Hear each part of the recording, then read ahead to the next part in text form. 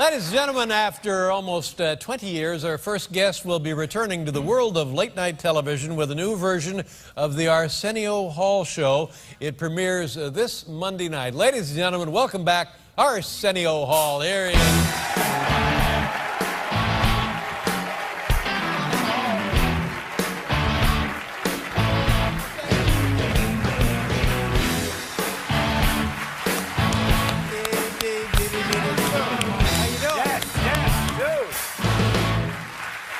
Good to have you back. It's nice good to see you. Man, you were talking about Miley Cyrus. You know, here's the crime, Dave, is so many people got ignored while she was twerking and getting all that attention. Like, wait a minute, was she twerking? What? You said twerking. Was she twerking or twerking? You know what? I'm too old probably to say it right, but I think it's twerking. Oh, twerking. Twerking? Yes, yes. That's what the kids say, twerking, right?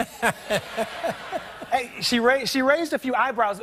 You know, that's not all she raised, yes, my friend. Yes, come on. Come on. See? But, you know, wow. It's the kind of stuff you're going to see on his show. But here's the crime. People like Taylor Swift got totally ignored that night. And this is a girl who that night met a guy in front, started dating him, broke up with him, went to the bathroom, wrote a song about him, and won for that song that night, and she got ignored. You know? She got totally ignored. Yes. And the thing that David mentioned that they talk about in the neighborhood is how flat Miley's ass was. No, I didn't mention that. Yes. I didn't mention that. Achy, breaky booty, Dave. Yeah, that's right. So, you were just dying to get back on the air, aren't you? You have been... Just let me back on the air. Yes, and watching you makes me... yeah, well, I can understand that. If you are at home for 20 years fixing turkey bacon every morning, and then I turn you on and you have Jay-Z and Eminem on the roof. Oh, yeah. I had to come back somewhere. I had to come back. Now, your show, a wildly successful show on the air for 5 years, and then you stopped doing it, which is, to me, everybody says, well, why would a guy stop doing such a successful enterprise? What was the story on that? I had no idea. You know, I mean, when I first left, I knew something was missing from my life, and I came here, and we talked. It turned out that my life needed balance. I eventually had a kid. You know the joy of that. Oh, my God. How old is your son now? My son is 13. 13 years old, just into teenage years. Yes. Oh, is that good or is that crazy? It's kind of good. I mean, I'm at that place now where I'm starting to look. Like my business manager calls me in. He says, does your mother like the song, All I Want for My Birthday is a Big Booty? You know that song, All I Want for My Birthday is a Big Booty Hoe, or something like that. You know, wait a minute, your business manager called you? Yeah. Because that was on her iTunes account. And I said, my mother is 80, my mother's not. And I realized my son, my slick son, the songs I tell him he can't have, he's putting on her account. Yes, so it's getting good now, Dave. It's getting good. Is the kid funny? Yes, yes. Here's a crazy thing. I also look, so I decided to look at all these songs about big booties and stuff. And I realized he has Jerry Seinfeld live at Carnegie Hall. I don't have to go on Jerry Springer now. That proves he's my son. Yeah. You know? I don't have to get Maury Povich to do a test. Yeah. Well, good for the kid. So you just got tired of doing the show? Is that what happened? I mean, we all get tired of doing the show. Yeah. You know, I don't know if it was tired. I just wanted to balance my life. I thought I wanted to do other things, and I did. Yeah. I raised my kid. Every now and then I would do a project. Mr. Moonves, a friend of ours. Man who owns the network. Yes, indeed. Yep. I mean, I always say my three idols are Martin, Malcolm, and Moonves. Wow. Because, because there are times I could call him and say, I just want to do something, and he'd put me on a show and let me do something. But there's nothing I love like this. So this is, I mean, you certainly haven't lost any energy. You are ready to go, my friend. Yes. And you're going to, now here's what bothers me. I hate it when a guy gets a show and comes on the air. I just hate it. Yeah. Because that makes me and Paul look bad. You know what I mean? I mean, you got the Jimmies. They all got shows. Lots of Jimmies. Lots of Jimmies. You got Jay. Who knows what he's doing? You got Conan, and then Queen Latifah now is getting. Yeah, she has a another daytime show. vehicle. Yeah, that's crazy. Or show. And now you, and just go easy on me is all I'm asking you. You know what? I'm actually not even in your league, Dave. Oh, stop You know, it! Oh no! I'm gonna do a little show for the people that don't have one. A little show for the people who don't have one. Yes. We'll be right back with Arsenio Hall.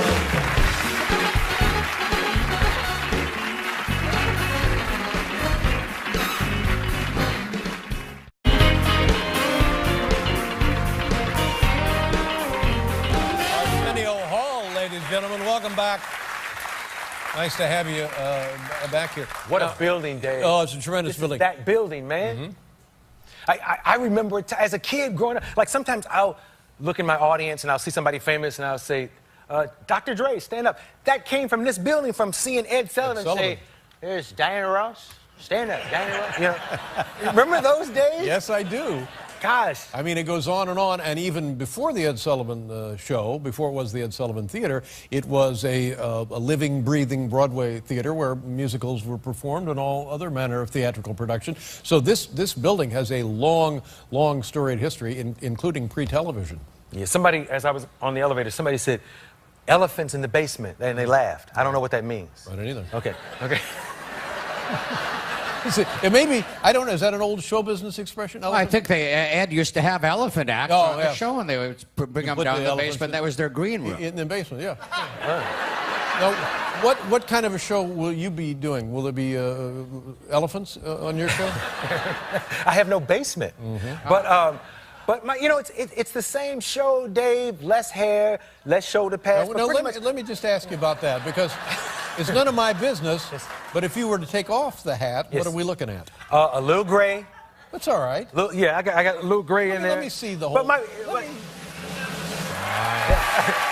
this though, You look like a kid. Oh, you look well. like a kid, for God's sakes. my friend bought a team. Oh, Mr. Johnson. Yes, indeed. Yeah, doing very well, as a matter of fact. Yeah. Now he kept me doing things, you know, like you know, when you're not doing a show every night and you get bored, like I had a tendency to get in every documentary I could. Like just to FaceTime? Oh yes, because just to do something, Yeah. you know. He came here to promote a legend, Larry of two Bird rivals. and Magic Johnson, the documentary, it was wonderful. I was in it. You were in it, not in it, you were all over it. Yes. I would call people, anybody doing it. I was in like the Granville Waiters Spud Webb documentary. You know, I'm like, because there are times when you just want to muse. Yeah. You know? Now, you're painting a different picture. My impression was that you had done this successful show and just decided to walk away and do other things. But there's a little tinge of desperation and perhaps neediness, which I had never associated with you. Yes, I'm like rain host. I'm sitting up at night watching Jay-Z on your roof, man. You know, and rocking. And sometimes I'd go to a Laker game, but before I go to a Laker game, I stop and grab George Lopez. And to be on his set, it's like seeing an old girlfriend.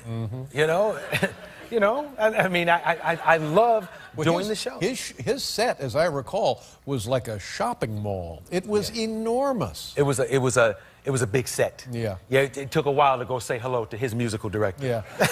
Now, what kind of show will you be doing? You say it's just going to be the old show, but that's not necessarily the case, is it? Well, I don't change. I'm the same guy. It'll be the same guy put into this world of talent. Returning to this world. Yeah. And the Miley Cyrus twerking world, you know. Robin Thicke instead of Alan Thicke sometimes. This is fascinating because one of your first television jobs was on the Alan Thicke show. Yes. The Thick of the Night. Yes. And now, like you just mentioned, years later, Alan Thicke's son is like one of the biggest musical stars in the country. And it was cool because back in the day, if Gloria Loring, his mom from Days of Our Lives, or Alan Thicke was on, you would see Robin and his brother on the side, and I would talk to him sometimes. Robin would say, like, I'd like to come back when you have Gerald Levert on. He would mention soul singers when you have Johnny Gill on. Really? And even then, this little boy knew he was the white Marvin Gaye. He was on that road. He knew exactly who he was, you know? Well, that's true. And, you know, there's a lawsuit, a dispute about the song. Is it Marvin Gaye or is it not Marvin Gaye? Yeah. You got to give it up. Yeah, you remember that, right? Doom. Boom, dum, dum. See, now this is the difference between you and me. I remember it, but I can't do that. I can't sit there and be my own orchestra. I'm sorry. What kind of music do you listen to? Do you love? Well, it's right over there, my friend. Right over there. Greatest boss. Thank you, David. And Arsenio was a great boss to his band as well. Played them up every single night. You loved your band. All right, now listen, check your local listings. When does this thing begin? Monday night, sir. Monday night? A week next I'm only going to do a half hour from 11 to 11:30. When you come on, I'm signing off. That's true. No, his mission is to put us out of business. It premieres Monday night. Check your local listings. Arsenio Hall, ladies and gentlemen. Good to see you again. Good luck with the show. Welcome back to Dan Natterman, everybody.